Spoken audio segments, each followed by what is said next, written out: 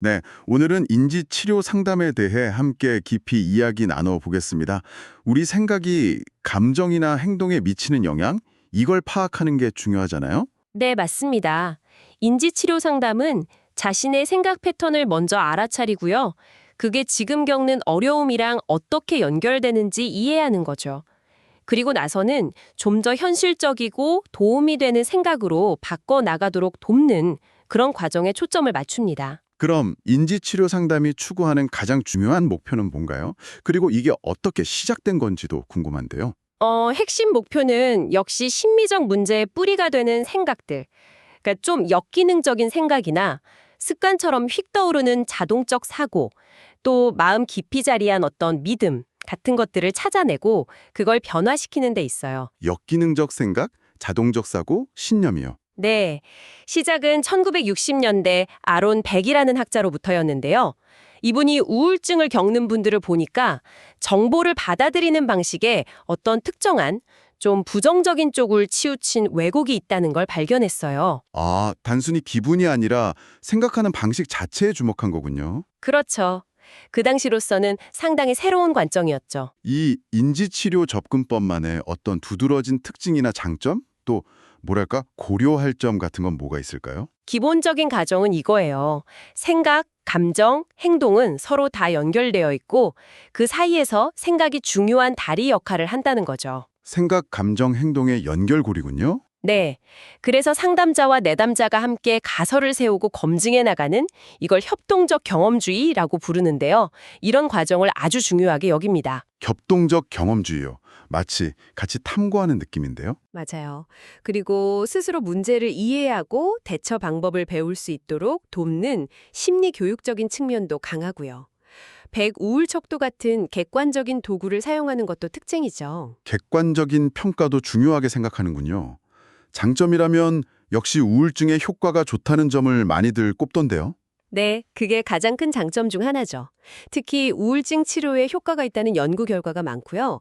비교적 단기간에 변화를 경험할 수 있다는 점도 있어요. 연구 자체가 상당히 체계적이라 신뢰도도 높고요. 그렇군요. 반면에 아무래도 인지, 즉 생각에 집중하다 보니까 좀 놓치는 부분도 있을 수 있겠다는 생각도 드네요. 네, 그런 비판도 있습니다. 인지적인 면을 너무 강조하다 보면 감정에 깊이 있는 부분이나 또 개인을 둘러싼 환경적인 요인들, 이런 것들을 좀 간과할 수 있다는 지적이 있죠. 적용할 수 있는 문제 범위가 좀 제한적이라는 시각도 있고요. 네, 맞아요. 모든 문제에 다 효과적인 건 아닐 수 있으니까요. 이제 인지치료의 핵심 개념들을 좀 더 자세히 들여다볼까요? 역기능적 인지도식이라는 말이 자주 등장하던데요. 이건 어떤 개념인가요? 아, 인지도식이요. 이건 세상을 이해하는 기본적인 틀, 뭐랄까, 마음의 안경 같은 거라고 생각하시면 쉬워요. 마음의 안경이요. 비유가 좋네요. 네, 이게 주로 과거 경험들을 통해서 만들어지는데요. 역기능적이라는 말이 붙으면 그 안경 때문에 세상을 너무 부정적으로 보거나 좀 왜곡해서 보게 되는 경우를 말하는 거죠. 특히 우울감을 느낄 때 이런 도식이 쉽게 활성화되곤 합니다. 그렇군요. 그럼 자동적 사고는 뭔가요? 이것도 정말 주요한 개념으로 언급되던데요. 네, 아주 중요합니다. 자동적 사고는 어떤 상황에 딱 처했을 때 내가 의식하기도 전에 그냥 휙 하고 스쳐 지나가는 생각이나 이미지예요. 정말 순식간에요. 네, 너무 빨리 지나가서 알아차리기조차 어려울 때가 많고요.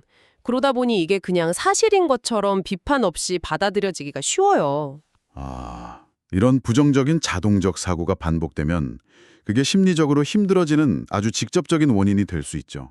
그렇게 순간적인 생각인데도 영향력이 크군요. 백이 말한 인지 삼재라는 것도 이 자동적 사고와 관련이 깊겠네요. 정확합니다. 인지 삼재는 특히 우울 증상을 가진 분들이 보이는 특징적인 사고 패턴인데요. 나 자신, 그리고 나의 경험이나 세상, 마지막으로 미래, 이 세 가지 주제에 대해서 지속적으로 부정적인 자동적 사고를 하는 경향을 말해요. 자신, 세상, 미래 전반에 걸쳐서요. 네. 예를 들면 나는 부족한 사람이야. 세상은 너무 힘들고 고통스러워. 앞으로도 나아질 게 없어. 이런 식의 생각들이 계속 떠오르는 거죠. 이게 우울감을 더 깊게 만들고요. 듣기만 해도 참 힘든 생각의 틀이네요.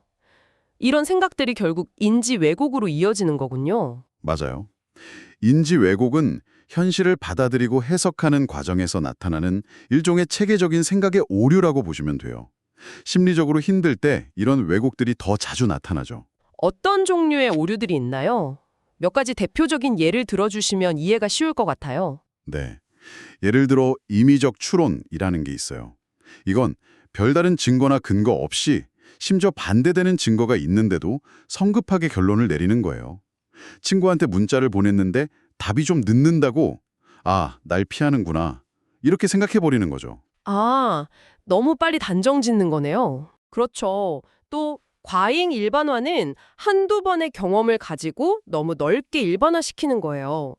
발표를 한 번 좀 못했다고 해서 나는 원래 사람들 앞에서 말을 못하는 사람이야. 이렇게 결론 내리는 것처럼요. 네네. 그리고 흑백 논리 혹은 이분법적 사고라고 하는 것도 아주 흔한데요. 모든 걸 딱 두 가지, 완벽 아니면 실패, 전부 아니면 전무 이런 식으로 극단적으로만 생각하는 경향이에요. 중간지대가 없는 거죠. 아, 네. 뭐 아니면 도 이런 식이군요. 네.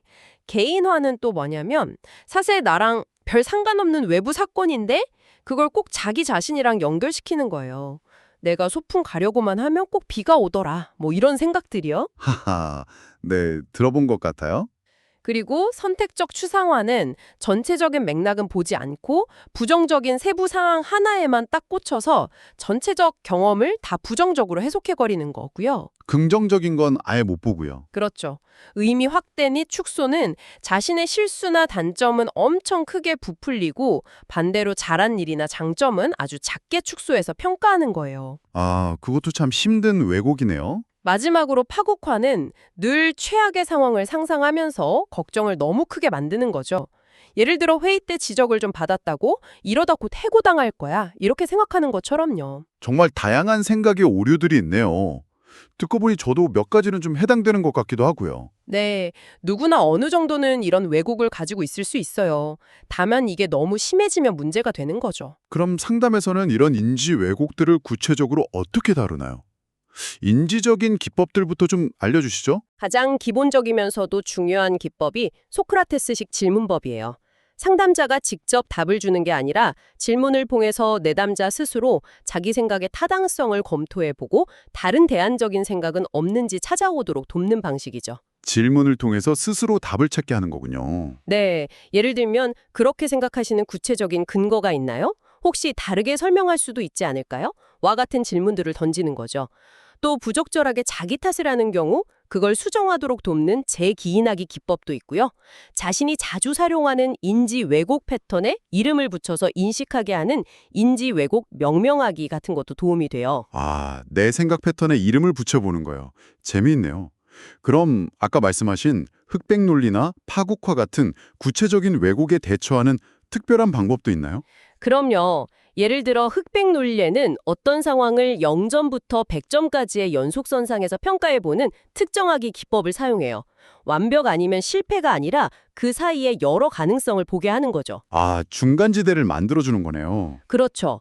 파국화에 대처하기 위해서는 만약에 정말 최악의 상황이 벌어진다면 그때 나는 어떻게 대처할 수 있을까? 이렇게 질문하면서 막연한 두려움을 좀 더 현실적으로 검토하고 대처 방안을 생각해 보도록 돕는 파국에서 벗어나기 기법이 효과적이에요. 단순히 생각을 바꾸는 것뿐만 아니라 행동을 변화시키는 기법도 함께 사용되나요? 물론입니다. 생각과 행동은 서로 영향을 주니까요. 예를 들어 불안감을 관리하기 위해서 근육의 긴장을 푸는 근육 이완 훈련이나 호흡 훈련 같은 걸 하기도 하고요. 아, 이완 훈련이나 호흡 훈련이요? 네. 또 두려움을 느끼는 특정 상황이 있다면 그 상황을 피하는 대신에 아주 조금씩 단계적으로 직면해보는 점진적 노출 같은 행동 기법들도 아주 중요하게 활용됩니다. 생각을 바꾸는 것과 함께 행동의 변화를 이끌어내는 거죠. 그렇군요. 인지기법과 행동기법이 함께 쓰이는군요. 오늘 인지치료 상담에 대해 이렇게 깊이 이야기 나눠보니까 결국 우리 생각과 감정, 행동이 정말 긴밀하게 연결되어 있다는 점, 그리고 그 생각의 틀을 필요하다면 재구성함으로써 어려움을 극복할 힘을 키울 수 있다는 점이 더 분명해지는 것 같습니다.